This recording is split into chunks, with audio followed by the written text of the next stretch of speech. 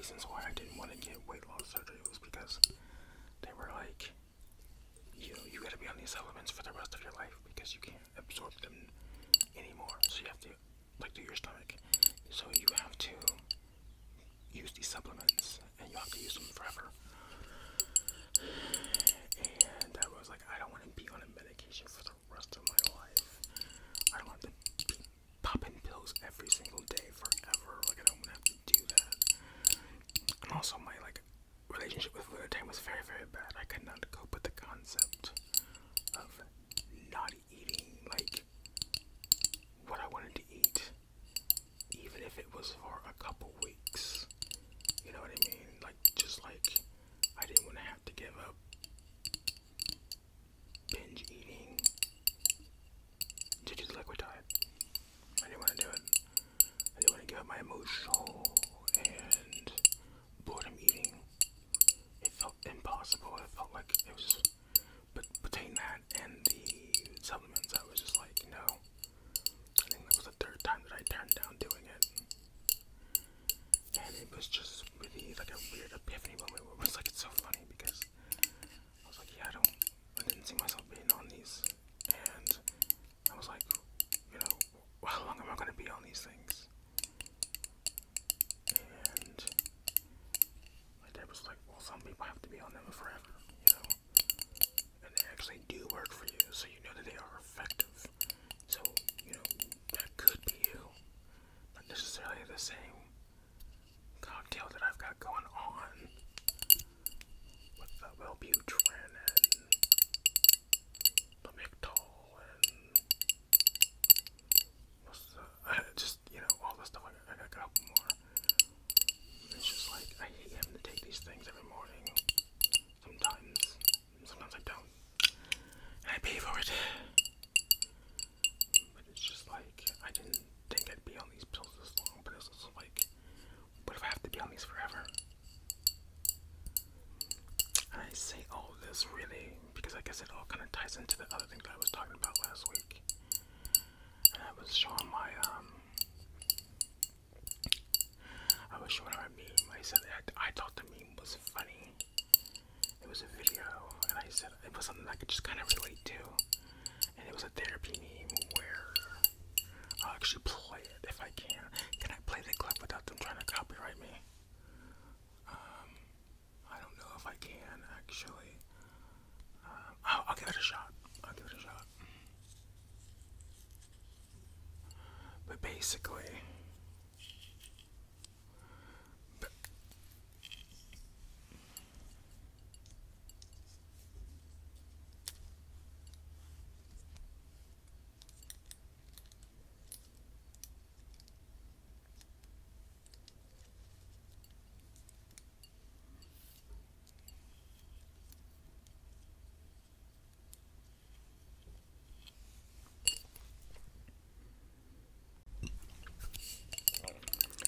I was saying how and the meme was like, this guy was like, he was talking about basically like not wanting to. I don't know, it just feels like sometimes when I'm alone, I just get like that urge to just not be here anymore, Okay. Do you feel like you're a danger to yourself? I mean, like, you almost got me. I was about to call him.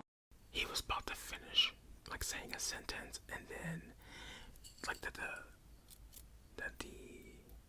I think they followed up like, well, do you feel like hurting yourself now, or do you feel like dying now, or something like that?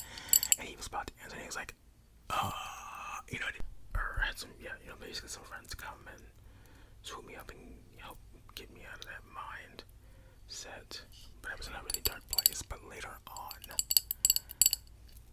a family member threw that up in my face, like I was just trying to grab attention.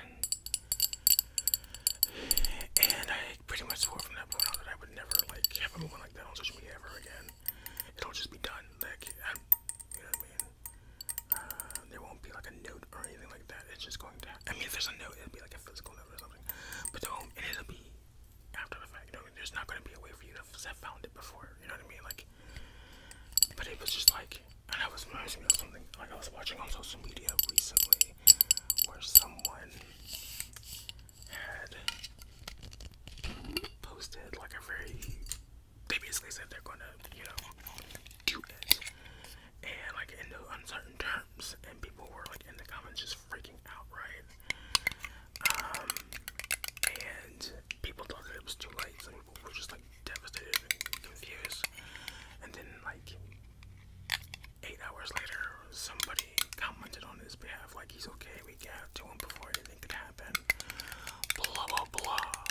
But then there was all the comments that came after the fact, like, oh, so you were just looking for attention, you were blah blah blah, and I'm like, you really can't win when it comes to that. So it's like either you do it and it's done, and then there's all that, that's left over for like everybody else to deal with. And it's like, oh, he meant it because he did it. But it's like, if you don't do it, then it's like, oh, you're just looking for attention. You were just looking for attention, like you never felt that way in the first place.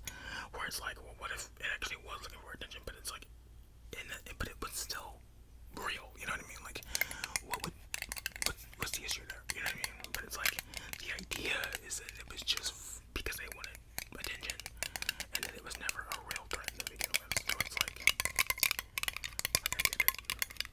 It's not going to be a thing for me. It's just, I forget how we can. I know it sounds like a really dark conversation, but it's not dark. It's not something that I'm like actively thinking about. It's just one of those things where like I read. Was it Chester from Linkin Park? He did it, and it had me thinking about that song that they did, where it's called like "In the End," and it's almost like it was like, what do they call it? Like I say, like almost like he knew in anticipation. I forget when. I don't know when that song came out, but it came out a long time ago, right? And then once he like passed, the song like blew up again for a little while, and because it was really relevant, because it was basically saying this is gonna actually happen, basically. And it's kind of, but then I remember the people like family members were saying that he got so much better and he was doing so well. And I'm thinking,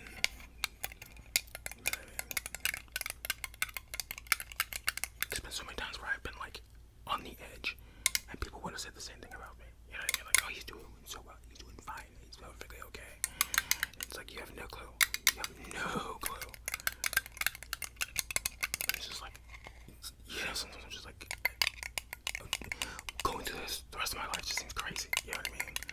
Like, even if the medication is working, like sometimes it works better than not. Or it works better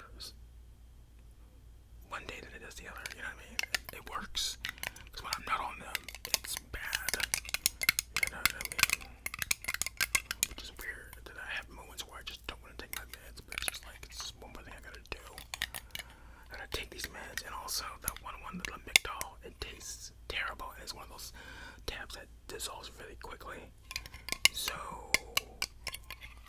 I hate taking it so bad. And years ago, I was on some medication that was like a gigantic horse pill looking thing, and it was like a choking risk, and that was easy to take. And I'd rather take that than this tab, which is just a little tab. It's like a Smarties almost. But it dissolves so quickly, and that taste will just, it'll ruin your dang day. Anyways, I don't know how we got on this topic, honestly. I don't know, I'm just being very frank and transparent. But it's just like, I hate the idea of being on these medications forever. And I hate that I need them, because I actually do need them, but I hate that also. I'm not sure what I hate more. Then I also have these moments where I'm feeling guilty for the fact that I feel like it's anyways. I don't know.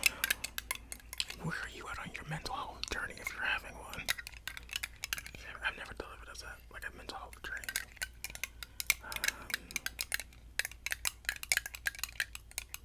Come a long way, but I've also gone back quite a bit. Still better, but just I could be better.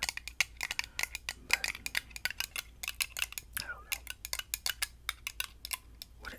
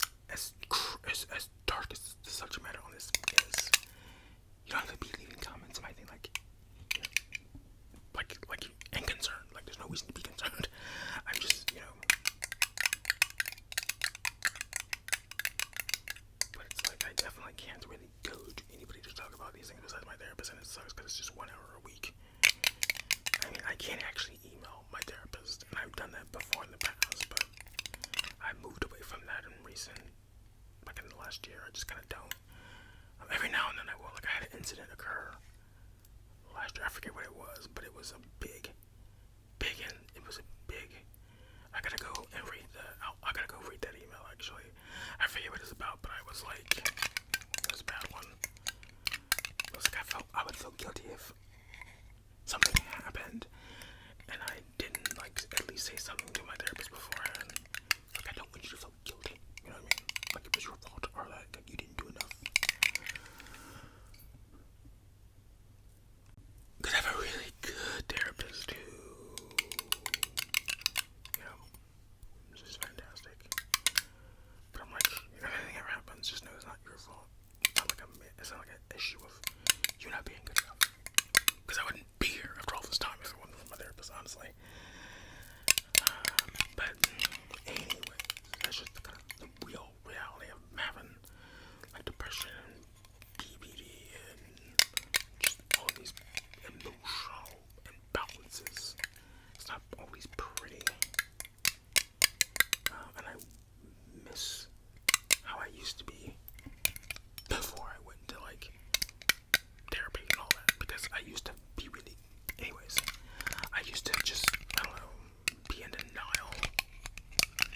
I was worse then because I was doing so much faking, where now I'm much more me. I'm telling you about it, like before no one knew. Like when people found out I got hospitalized that first time, they were like, what? It was such a blind sight, you know what I mean? So if I actually went through with anything at that time, they would have just been like, you know, it would have been one of those scary situations where maybe they thought that I had been like, you know, they would have been like, I don't believe that this is what happened, you know what I mean? But it's like, that actually was what happened, but they would spend the next part of their life trying to prove that it didn't happen that way, you know what I mean? They might think it's something foul, like there was foul play involved, or it's like, that's not what it was, you know what I mean? But they would have been so blindsided by it, like, because that's how people think that they can always see the issue, you know what I mean? But some of us are really good at hiding it, and I definitely was one of those people. I don't know. But I'm doing pretty good in the grand scheme of things, so, like I said, no reason to be alarmed, per se. Or at all, actually, not per se, but literally don't. I'm just speaking very frankly, openly, and transparently. And just like, you know, not wanting to be on these medications, and, you know what I mean? It's like, the doctors, since I was my like first appointment ever, basically, they were like, you better watch out, you're gonna be diabetic soon. And it runs in my family hard, but I never ended up with it. And it's like, once you get it, you'll be on a medication forever. You don't want to do that, do you? But now it's like, well, now I'm on this depression medication, and there's no end in sight for it. And I don't know. There's just something ironically depressing about it. You know what I mean? It's ironic that it's depressing that I'm on depression medication. You know, it's a good thing, but it's like, when is it end? Like, and when will I be out of therapy? You know what I mean? Like I said, I enjoy my therapist, but it's like, I don't want to need therapy, but I do need therapy. You know what I mean? It's just like, I don't want to need it. Like, missing one session is so big. Like, it's serious. I hate missing therapy. Goes a long way, but anyways, this wasn't supposed to be such a serious discussion, honestly. But anyways, thank you for watching. Let me know how you're doing in the comments below. Okay? And, as generic as it is, hang in there. From somebody who's hanging in there, who frequently has to hang in there, if you catch my drift. So, I know. You know what I mean? If no one gets it, I get it. Trust me. I don't necessarily like that I get it, but I get it. Because I get it from experience.